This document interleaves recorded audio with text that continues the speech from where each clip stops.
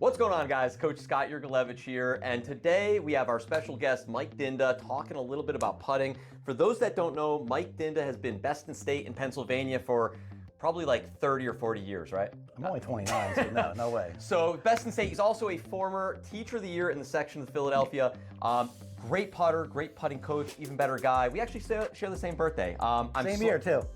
No, not at all. But today we're going to talk a little bit about distance control. I see when I teach putting that a lot of players have a really hard time controlling the distance they hit a putt. Mike, how many times have you been on the putting green? You've seen someone hit a putt. It's a 10-foot putt. They hit it, and they got 20 coming back. That thing just plowed through the pin, knocked the pin over, went off the green. That's when I usually yell, shin guards, or hit a house. We've all heard that saying, right? So we need to figure out, how do you control the distance that you hit the putt so you can be more consistent?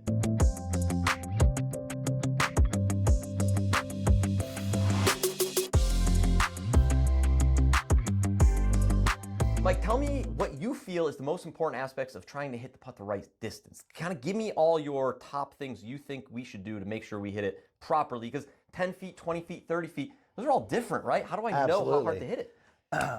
So first and foremost, it would be nice to hit it in the center. But if you hit it a little bit off the toe or the heel, it's not the end of the day.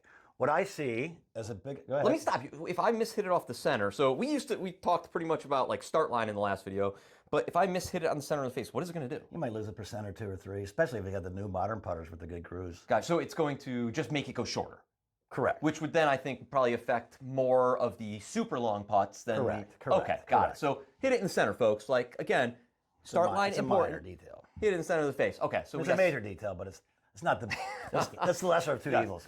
So we got where on the face you hit it, and then what are the other components? What would you say are the most important things that people at home can work on? All right, so you have to develop a certain amount of miles per hour to advance the ball. Yeah. If it's a short putt, it's probably going to be 1 or 2 or 3 miles an hour. If it's a long putt, you might swing this thing up to 8, 9, 10 miles an hour. Okay. If you're hitting uphill at Lulu 13, up a mountain, you might have 12 miles an hour. Okay, kind of give it a little oomph. Okay, the key is though, or do you want to keep going? No, let it rip. The key then is, how do we gather that speed? Is it going to be gathered with a short back, long thrower, which... Now, I've heard that a lot. That's an original Dynda line. He's a short back or long thrower. Yeah. Yeah. Is that good? Horrible. Oh, no good then. Now, you might see some tour players, there are a couple, I'm not going to name them, because they're better than me, that are short backers, long throwers. They have really good God-given hand-eye coordination and nerves of steel. A great athlete on the PGA Tour can make a putt with a stick and a rock attached to it at the bottom.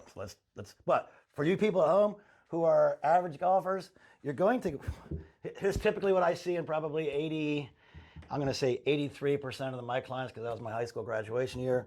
So most of them are slow, short backers and then accelerator throwers. Yeah. Would you say just that sheer amount of acceleration is just so sporadic, they're just going to get crazy distances? It can come up way short or way long. Yeah. So the engineer in me, I went to Villanova, I was an engineer.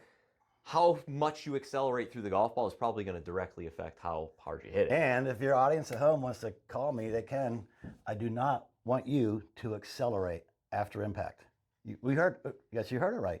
Please do not accelerate the putter head after impact. Now, would that be because as the putter comes into the golf ball, it makes a collision with the face? It's actually slowing it down? Is that We have had this conversation in the past, haven't we? So, in theory, if you're putting and you are, let's just say we're going to swing it at equi-length, which I'm still not a fan of. So this is equi-length, correct? So same distance back as it is through. Right. So if I'm going same distance back, same distance through, you're an engineer. Yeah. Where is the lowest point on this arc that I'm making, this up and down arc? So if it's going back, I don't know, we'll call it 2 feet and through 2 feet, the lowest would be directly in the center, right? Or at the low point. Bottom. The bottom, yep. Which then leads me to believe, where would I put the golf ball if I was doing that? Should it be at that point? So Should it be this in is front very... of this point? We're going down the rabbit hole. Yeah, today. okay. There's no set way the ball should be here. I've seen great putters have it in the center, here. I tell my players anywhere between your navel and your lead heel. Got it. Mike, what would make it vary? Why would I want the ball more forward versus more back? Is it maybe dependent on if I like load into my lead leg a little bit, I kind of like load over here and strike from like the left side? Yeah. Is it the design of the putter? Is it because there's a ton of weight in the back of this putter and maybe I need it more forward? Mainly, if I were to set up and try and get 50-50 Yep. and get this pretty natural and relaxed and get in here, I don't want it in the middle because this putting stroke is going to bottom out at the middle. Got it. And I want to hit the putt on the upswing. Just pretend like you're playing pool and you want to hit up on the cue ball at the equator to create this spin to chase it. If you hit a cue ball like this, it's going to spin back. Okay. All right, so I want Mike to set up with the Yes. ball in the middle, and I'm going to kind of show everyone what the putting arc is going to look like if he just puts that ball in the middle, and we're going to exaggerate a little bit, and he probably cannot see the golf ball, but the low point is right here at the golf ball. If he strikes that putt, and that putter is working down into the golf ball, what is that going to do for our distance control? That's good for chip shots, but not for putts. Okay. It's going to create backspin. And It's going to get in the air. Is that bad?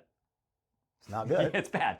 Is that going to make it go further or shorter? Way shorter. Way shorter. Well, with the same miles per hour applied, it's going to go shorter. And I was going to say, I bring this up because I see a lot of the putting lessons I give, and no one wants to get a putting lesson. Trust me, like, unless you're going to Mike Dynda, no one really likes going for a putting lesson because they want to do big, full swing, hit drivers.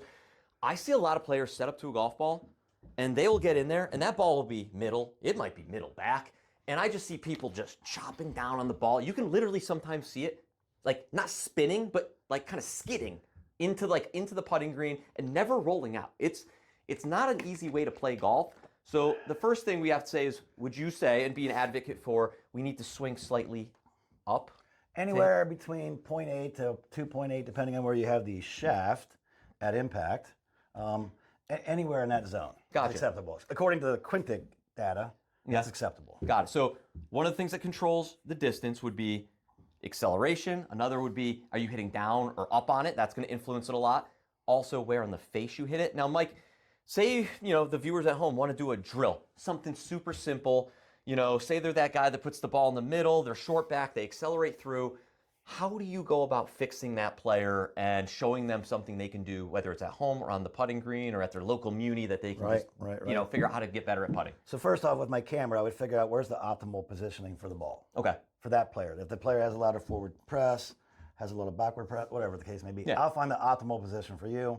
So there's no perfect. It's just everyone's got a little something different. Golf ain't perfect. Yeah, I know. All right, so Mike, go ahead and set up to this golf ball and tell me what you would do to a player that's having a hard time, taking it back short, accelerating through. Sometimes they're hitting short putts, sometimes they're hitting long putts, sometimes it's not even going anywhere near the hole because it's going too far. How do we fix that? What's an easy way to work through that? The free, easy way is to download the Pro Metronome app. If I can stop talking long enough, you'll hear it. It's hard for him to do. Can you hold that? Yeah. So listen to this, folks. If you watch, the top of my backswing should be at this beat, and the top of my through swing should be at this beat. Let's see if I can do this, Scott. I'm nervous here on camera here. Tick, tock, tick, tock. So watch this. Yep. 2-foot putt. 20-foot putt, or whatever. That's a 100-foot putt. So, See, I love this because it's not very technical. well, this is technical right here. You want to see this? Well, we can see this, but go ahead and hit a putt for me and pretend you're going to hit that 2-foot putt. Okay. Now, the beat hasn't changed on this metronome app. 85 beats per minute. 85 beats per minute. I vary that. Let's go 3-4 feet max. This green stimps about 18, by the way. I know. That's actually in the hole. That's a 10-foot putt. But if you I'm notice, 4 for 4 today, kid. the 4 for 4. tempo remained the same. The putting stroke changed because the tempo kind of dictated that. would you say? Also, this is going to mess up a lot of people. The amount of time that putter just traveled was 0.60 seconds back, Yep. 0.30 seconds to impact. That's 2 to 1. Yeah. That's a great ratio Yep. or relationship in time. So time, whether it's a 3-foot putt or a 53-foot putt, my putter will swing 0.60, 0.30 to impact. Gotcha. Whether it's a 2-footer or a 92-footer. Okay. Well, 92 footer might be a lie. So say someone doesn't want to go out to the putting green. I know maybe they can throw headphones in and listen to this, but say they don't want to play with the metronome that day and they want to do a drill, just a very simple drill. How would we get them to, elongate their stroke a little bit, or even just show me what you want them to make it appear to be? Is there any kind of training aid you use typically? This is the best training aid in the world. What do we got here? Good friend, Dr. Bill Mallon, senior amateur champ in Florida, invented the Grail, and it's really neat. So you can see right now that white thing and that white thing are directly, my putter's in the center. Yeah. Okay, so most players are Short back, hammer the front line. Short backers, longer, faster throwers. Yeah. I would like to see, so if you notice where the impact line is. Yep. So impact line for you at home from this angle here, impact line is right about here. Yep. Okay, so is that where the ball would be, or is this where are we going to put the ball for this? So for me personally, Yep. I want this to be 60% longer than this. Got it. Reason being, Yep. if I take it back longer, faster, Yep.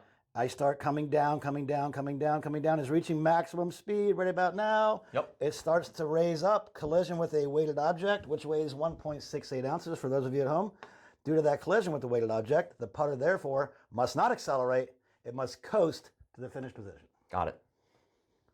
All right, put one down. Let's see how good you are at this. Come on, Randy. We'll put them to the test. Here we It's go. not lined up right. Give me that. It's fine. It's not even close. Tick, tock, tick, tock. So Right. now, if you don't want to buck up to 249, which I don't blame you, you can put something simple as the 2 aim sticks. All right, so if you have a friend, if you have a practice buddy, Yeah. and you have alignment rods, so Yep. let's say, all right, Scott, make some practice strokes right here, please. Okay. So like, And then I would make it equal first. okay, equal. So I want to hear now. I want to hear noise. Tick, tock. It's faster. There you go. Longer putt. Shorter putt. If you don't have a friend, you could lay them down something like this and just kind of eyeball it. Yeah. And I actually wouldn't mind you watch the putter head versus the ball. Got it. We're not working on anything. We're just working on making the stroke. So let's do this. Yep. Let's go yellow backswing, Yep. black through swing. So this is pretty wild. Like, so, you know, way back in the day, I was always a short back, accelerate through guy. So this would almost look opposite to We were me taught from that years back. ago. We were taught that way back. Well, you're not as old as me, but we were taught to be short back, accelerate through. And that, by the way, folks, is garbage. Make some practice strokes first, and I want your eyes to follow the putter head. There you go. Can you feel that thing actually? I'm going to piss people off. Can you feel it decelerating? I can, right? Yeah. Like, I like the weight Yeah. of this putter because I can actually feel some like heft to it. Well, heavy putters, folks, if you want to get good at putting, heavier the better. Yeah, To I a- think to like a certain point. this is helping me actually, I think, coast through that golf ball. Correct. The weight gives me a little bit of confidence Correct. to know that like when Correct. I hit it, you know, mass times acceleration is going to be like the force, right? F big- equals that's a ma. big- So what I feel is like I'm going to get it to the hole. I don't really need to give it a ton of acceleration to get it there. You're gathering your momentum by the speed and length of the backswing. Yeah. You're gathering your energy by the speed and length of your backswing. Coaster, I'm so proud of you. I'm so proud of you. This is so much better than it ever I'm used to so be. proud of you. Part of it's the putter, part of it's the coach. Go Birds. 2 in a row, buddy. Cool. All right, let's do one more. Mike, tell me one thing about when you're out there on the practice green or even on like the actual golf course. You know, I see some people like walk off their putts to determine the length of the putt. Now, maybe that's a good thing. Maybe it's not a good thing. I always find it hard. Like, I can't associate what a 10-foot putting stroke is. You know, some people try to associate that.